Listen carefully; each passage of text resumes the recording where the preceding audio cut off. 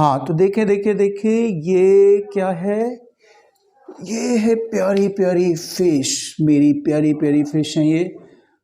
और इनके साथ कल क्या हुआ था, इनमें से एक फिश मर गई थी। टोटल 16 फिश थी और 4 फिश इस पूल के, इस एक्वेरियम के सरफेस पर जो आपको रंग बिरंगे पत्थर दिख रहे हैं उन पर निढाल होकर पड़ी थी, लगभग बेहोश। तो हमने क्या किया? हमने कुछ भी नहीं किया।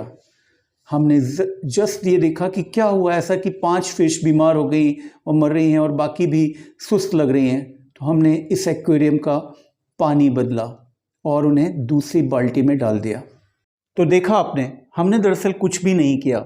हमने फिश को, जो टॉक्सिक एनवायरनमेंट था उनका, जहाँ पर कोई जहरीला पदार्थ होगा जैसे डिटर्जेंट, क्योंकि हमारे सफाई कर्मचारी ने जब एक्वेरियम धोया तो गलती से डिटर्जेंट से धो दिया था और शायद उसके कुछ पार्टिकल्स रह गए होंगे जिसकी वजह से फ़िश बीमार होने लगी। तो हमने सिर्फ उस पानी को बदल दिया और फ़िश खुद ब खुद हील हो गई। तो सबसे बड़ा डॉक्टर कौन हुआ?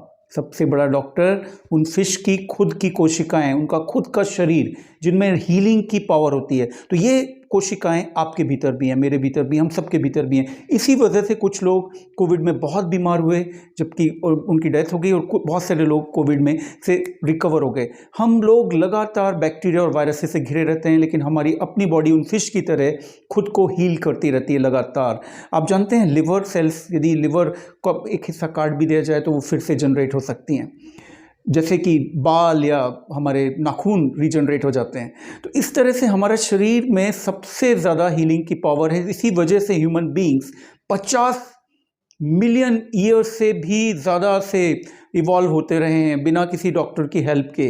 तो हम लोग दरअसल, हम लोग बहुत छोटे मोटे डॉक्टर हैं। सबसे बड़ा डॉक्टर आपका खुद का शरीर है। हम छोटे मोटे डॉक्टर्स का फिर रोल क्या है? हमारा रोल उस हीलिंग की प्रक्रिया को हल्का फुल्का सा सपोर्ट प्रोवाइड कर देना है, साथ दे देना है उसका।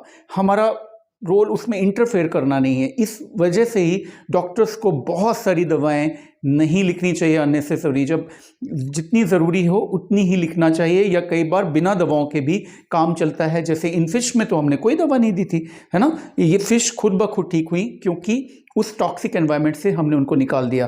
तो यदि आप ये राज जान जाते हैं, इस डॉक्टर को रिस्पेक्ट करने लगते हैं जो कि आपके खुद के भीतर है, इस डॉक्टर की रिस्पेक्ट कीजिए। और इस डॉक्टर की रिस्पेक्ट के लिए इसको ज़्यादा कुछ नहीं चाहिए।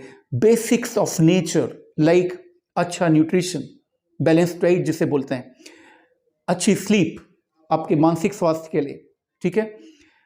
अच्छी स्लीप के बाद खुश रहना, ज़्यादा पानी पीना और एक्सरसाइज करना, क्योंकि ह्यूमन बीइंग्स दौड़ने के लिए बने। हम लोग जंगलों में दौड़ा करते थे।